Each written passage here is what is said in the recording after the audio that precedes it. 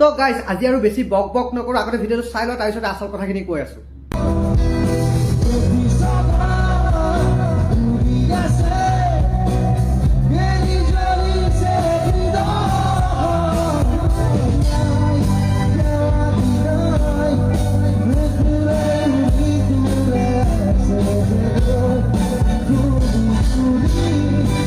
তো এতিয়া সকলোৱে নিশ্চয় ভিডিঅ'টো চালে।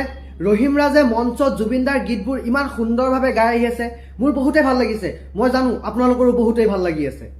এতিয়া মই এটা সঁচা কথা কওঁ, বহুতে নিশ্চয় মোক বেয়াই পাব, কিন্তু তাত কোনো আপত্তি নাই। ৰহিম ৰাজে চুপ কিয় হৈ আছে? ৰহিম ৰাজে মঞ্চত জয় জুবিনদা বুলি ক'লেই সকলো শেষ নহয়।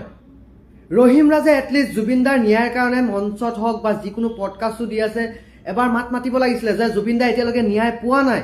যিটো ৰহিম ৰাজে নেকি জুবিনদাৰ গীতেৰে জুবিনদাৰ অংগী ভংগীৰে ইমানখিনি আগবাঢ়িবলৈ সক্ষম হৈছে, সেই ৰহিম ৰাজে জুবিনদাৰ ন্যায় পোৱা নাই এতিয়ালৈকে এবাৰ হ'লেও মঞ্চত ক'ব লাগিছিলে।